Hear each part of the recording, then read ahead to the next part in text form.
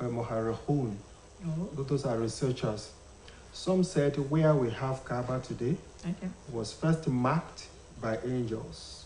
Some said it was Prophet Adam who laid the first foundation. Okay. Some said so. Okay. But what we have in the Quran is that it was Prophet Ibrahim alayhi salatu wasalam who was instructed to lay the first foundation. And that is what we have in the Quran, Surah Al-Hajj, that is Quran chapter 22, when Allah said, وَإِذْ بَوَّأْنَا لِإِبْرَاهِيمَ مَكَانَ الْبَيْتِ أَلَّا يُشْرِكْ بِهِ شَيْئًا وَفَطَهِّرْ بَيْتِي لِلطَّائِفِينَ وَالْقَائِمِينَ وَرُكَعِ السُّجُودِ. Oh, when we instructed Ibrahim to lay the foundation of my house, that is Allah talking, of my house, and that nobody should practice polytheism, nobody should ascribe any other God with me except I, Allah. And then Ibrahim, when you have built a house, make it clean. L'ta'ifin, for those who will come to visit and worship. L'qa'imin, for those who will come to stay there. Wa ruka'i sujud, and those who will be coming every time and again to worship me. Then the following verse said, then you, the Prophet Muhammad, look at Ibrahim. Now the Prophet, Allah now says, وَأَذِّن فِي النَّاسِ بِالْحَجِّ يَأْتُوكَ رِجَالًا وَعَلَىٰ كُلِّ ضَامِرٍ يَأْتِينَ مِنْ كُلِّ فَجٍّ عَمِيقٍ. O Prophet Muhammad, now make an announcement. Make it clear. Tell the people that Hajj has become the fifth pillar of Islam. Tell people to come onto Kaaba, and you will see Muslims. You see people coming from near and far. Those will be riding on horses, on camels, they will be coming on aeroplanes, even though there were no aeroplanes by then.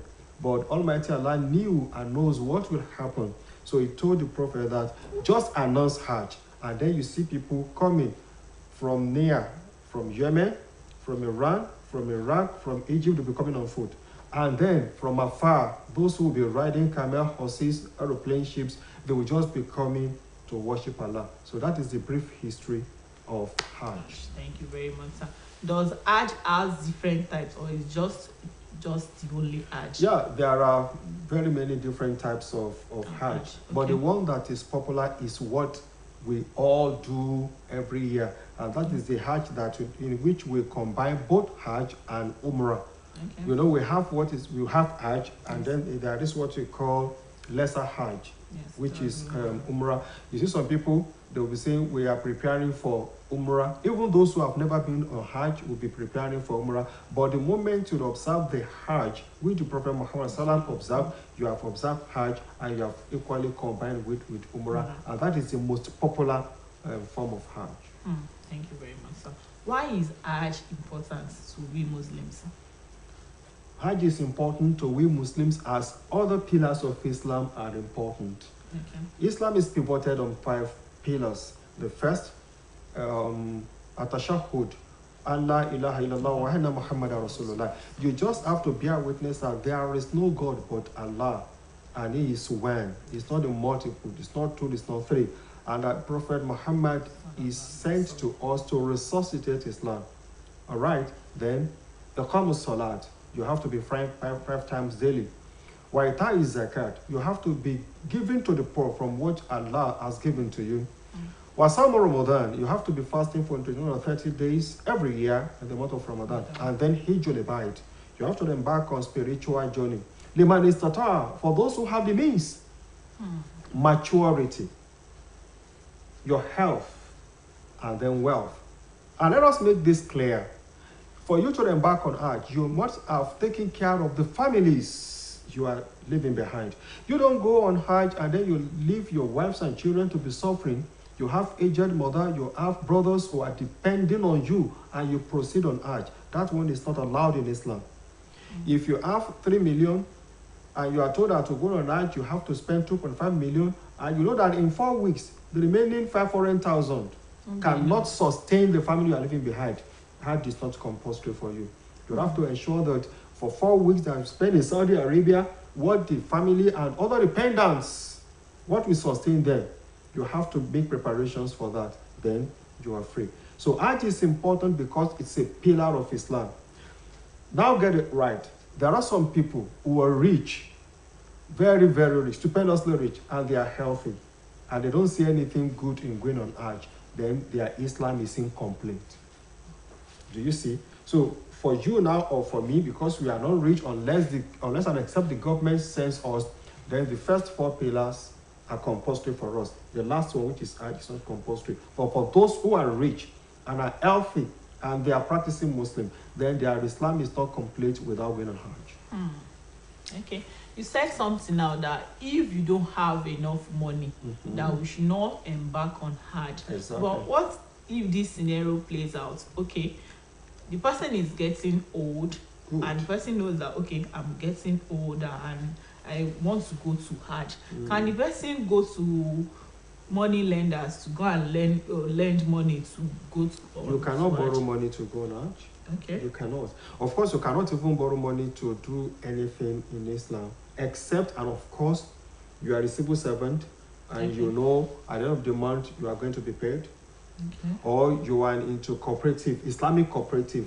Okay, please. That is allowed. That is allowed. And you know that paying back will not be a burden on you. But you don't have any means of paying back, you don't have any means of income, and then you are going to borrow. Where would you pay back? No, you cannot do that. But if you are going old, if you are aged, your children can send you on Hajj. Even your children can even go on Hajj on your behalf. Okay. That is it. But don't borrow money. Ilayah is coming, Idul Kabir. You are not encouraged to go and borrow money to slaughter ram if you do not have any means of paying back the debt. So there is no compulsion in Islam that when you don't have the means, you don't have to stress yourself. No, you don't that have to. Almighty Allah knows your heart and He knows There what are 3 pillars. You don't need money to observe them. Okay. First is to witness that God is one. Okay. And to witness that Prophet Muhammad is his prophet. You don't need money to accept that. The second one, you don't need money to pray 5 times daily. The third one, you don't need money, so much money, for God's sake, to fast in the month of Ramadan. Even if you need so much money for zakat, you don't need so much money for sadaqah. Every day Thanksgiving, 15 naira, 100 naira, 200, 1,000. You don't need so much money. You only need so much money for zakat and hajj. So we don't need to impress. You don't go on a hajj to impress. Oh, okay. I hope viewers at home that are watching us are learning and they are enjoying the topic. So, what are the steps of Hajj? Yeah, thank you. And the Almighty Allah says in the Quran that فَتَزَوَّدُوا فَإِنَّ خَيْرَ الزَّادِ التَّقْوَى. For you to say you want to go on a Hajj, you have to prepare. Okay. Allah says the best of preparation is the piety which you want to go on Hajj. I've said it earlier on that for you to prepare, to start preparing for Hajj, you start from money. Maybe you have saved a lot. Okay, it's 3 million. Good. I have 5 million. 3 million on Hajj, 2 million for the family you want to leave behind, and part of it so that when you return, you meet something. Then you have to take care of your health. You have to take care of your iman. Do you see? Yes. Those are the things you need before you embark. Then other things I've now added. Your passport. You can't leave Nigeria without having your international passport. You have to ensure that you are well inoculated by standard hospitals against diseases. You know, we have yellow fever, COVID-19 and all that. Those are the preparations you have to make at home. When all these things are completed, then you are waiting the day for departure to Saudi Arabia. And then when you get there, because the population now is so much, 3 million, 4 million, some will be diverted to go first to Medina, and some will be told to go straight to Mecca. If you go straight to Medina, you start with what you call ziyarat. Okay. Ziyarat means excursion, visiting. You visit places of interest, particularly the mosque of the Prophet Muhammad sallallahu alaihi wasallam in Medina, and you visit Baqi. That is where the Sahaba, the wives and the children of the Prophet were buried in Medina. You visit other places, and then from there you move to Mecca. And if you are opportune to go to Mecca first, you take your ihram. That is the white cloth we wear for the men. We know how we put it. You have to expose your head and a part of your shoulder. But for women, it has to be this complete. Did you see? Complete. And then you do the first thing you do when you get to Mecca, before you even settle into your accommodation, hotel at all. is you proceed to Kaaba to do what we call Tawaf al-Qudum. That is, you want to tell her that I have come to visit your house as you have instructed. And then everybody will be chanting Labbaik Allahumma Labbaik, Labbaik la sharika lak Labbaik, innal hamda wa ni'mata lak la sharika lak. What is the meaning? Labbaik, I have come to answer your call. Labbaik la sharika lak Labbaik, I have come to testify that there is no other God but you, Allah.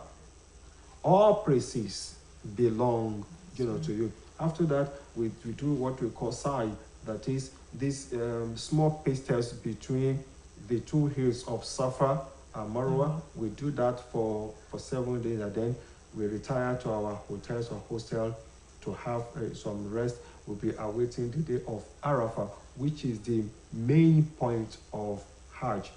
Okay. So a day to Arafah, all pilgrims will be lifted, will be transported, on buses to Arafah. On the day of Arafah, what do?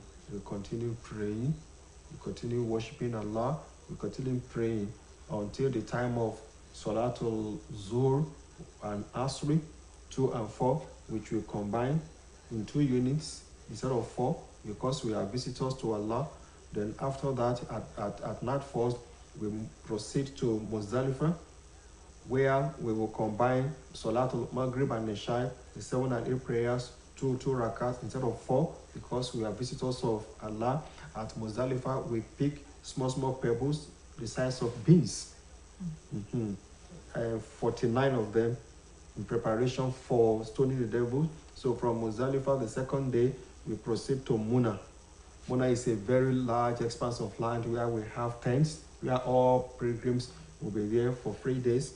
For the first day, we proceed to Jamra, where we stone the devil. The second day, the third day, for men, we have our air shield. For women, they remove something from ear to, that is a commandment of Allah. Okay. That's the commandment from Allah. After that, we return to Mecca to do what we call Tawaf al-Ifada. That is, we circumambulate Kaaba again 7 times to say, oh Allah, you have called me, and I've answered you, and I've performed Hajj, and Alhamdulillah, I'm returning. Very interesting. Yes, it is. We are listening to you saying it. I can't wait, and I'm sure, inshallah, Almighty Allah is going to make it easy on every one of us. Sir, I want to ask, all these you mentioned now, as Muslims and as Muslim or as a Muslim, and I want to go on Hajj. All right. Is there some way one is going to be taught all this you just mentioned? Nobody will teach you all this. Okay. A Muslim is expected to be a learner. Okay. You continue to learn. Okay. And when you don't know, you ask. Okay. That is why each time you come to the mosque, or each time you go to any mosque, after the imam has completed the prayer, there should be 5 or 10 minutes to teach the congregation about all of this. But because of the way our society is, the clerics, the officials of Hajj will engage pilgrims in lectures at least 2 weeks before their departure from their different countries. But ordinarily, all mature Muslims, or every mature Muslim, should know about all this. It is part of the preparation that I spoke about, ab initio. Thank you very much, sir. The Almighty Allah continues to make it easy on us. What are the spiritual lessons in Hajj? Number 1 is what you just is in your question. Okay. Spiritual. It emboldens your iman. It strengthens your belief in Allah. You go to Saudi Arabia, you see things you have never seen in your life. You see the Kaaba that you have always seen in calendars, that you have always watched on television sets, and you may even be moved to tears. So, oh Allah, so I can come here, so I can have the opportunity to visit Kaaba. Your iman increases. Then, but what increases your iman? Because back here in Nigeria, or in Ghana, or in South Africa, or in Australia, you go to a mosque, particularly in Yoruba land, you'll be told this place is for Baba Adini, this place is for Ya Adini, and all of that. You have people who must be, in the front row and all of that. But when you get to, if governor will come to a mosque to pray, there must be a place demarcated for him, special rug and mat and all of that. You don't have that in Saudi Arabia. When a governor or a minister or a monarch gets to Saudi Arabia, all of us are equal. So you just find yourself moving very close to a governor. You know, you do the same thing at the same time. When we get to Arafah, the governor, the president, we all sleep on the same mat. When we get to Muna, no special treatment. So you now see people from all over the world. And how do I mean? You now see the unity of Islam. You see how Islam unifies everybody. You see how Hajj unifies everybody. We meet 5 times in a day, so that those of us who are neighbors who see each other. If I don't see Sister Mariam in Maghrib, and in Subur, and I don't see her during Zuhr, I must ask questions before Asri comes around. And every Friday, communities we have to gather. They say, oh, Akujuma Ojejo, Akujuma in you. And every year we have to meet during Eid al-Fitr and Eid al-Kabir. So Mariam's brother who is working in Kano, my younger brother who is working in Rivers, everybody will come home. We still meet at Eid. That's a larger gathering. And Allah says, oh, your daily meet, your weekly meet, your annual meet is not enough. Come and meet me in my house in Mecca, so that Muslims from Ghana, from South Africa, from South America, from Latin America, from Mexico, all over the world, Muslims will meet. At that meeting, your color is immaterial, your race is immaterial, your tribe is immaterial. The language you speak is irrelevant, because we all speak the same language of Labbaika, Lahumma, Labbaik. That's interesting. Thank you very much, sir. It shows that Islam is a perfect religion, like I always say. And it shows that we as Muslims, or even as human, we should always be our brother's keeper.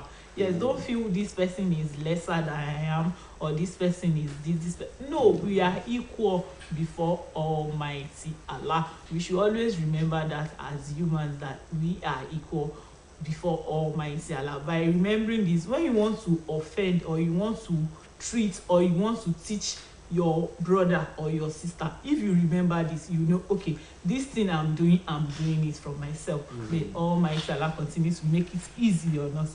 I asked that, then the one you spoke about is the spiritual lesson. What about the social benefits of Hajj?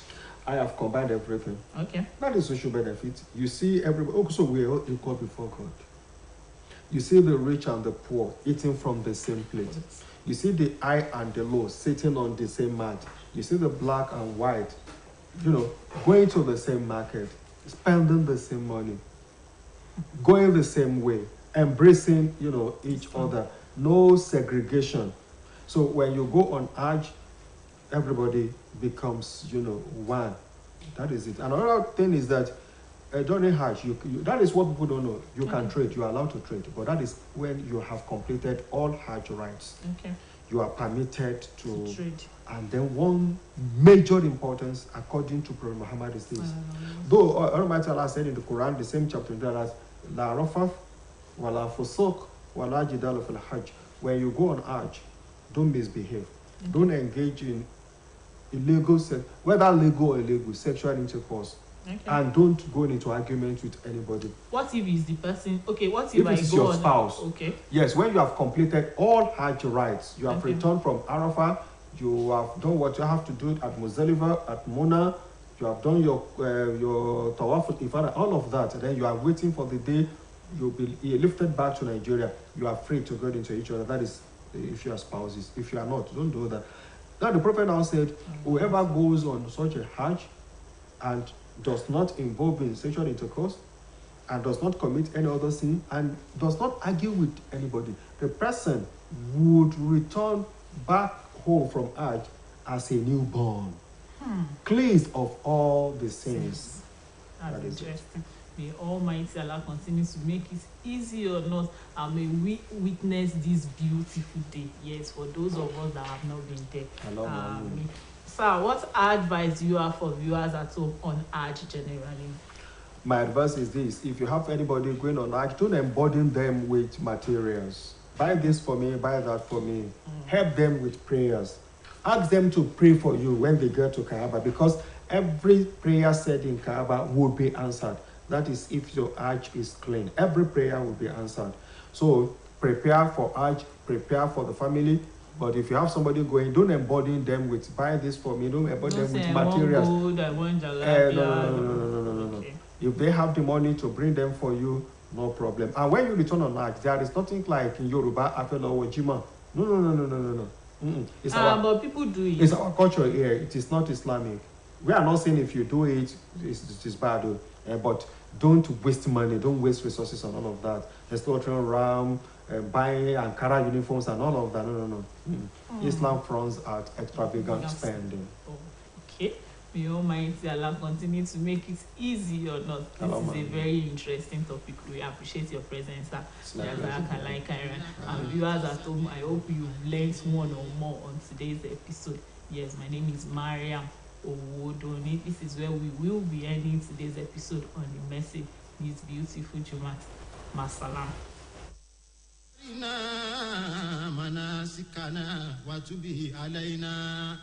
إنك أنت تواب رحيم ربنا وابعث فيهم رسولا منهم يتلو عليهم آياتك ويعلمهم الكتاب والحكمة ويزكيهم إنك أنت العزيز الحكيم ربنا آتنا في الدنيا حسنة وفي الآخرة حسنة وقنا عذاب النار ربنا أفرج علينا صبرا وثبت أقدامنا وانصرنا على القوم الكافرين ربنا وإليك المصير ربنا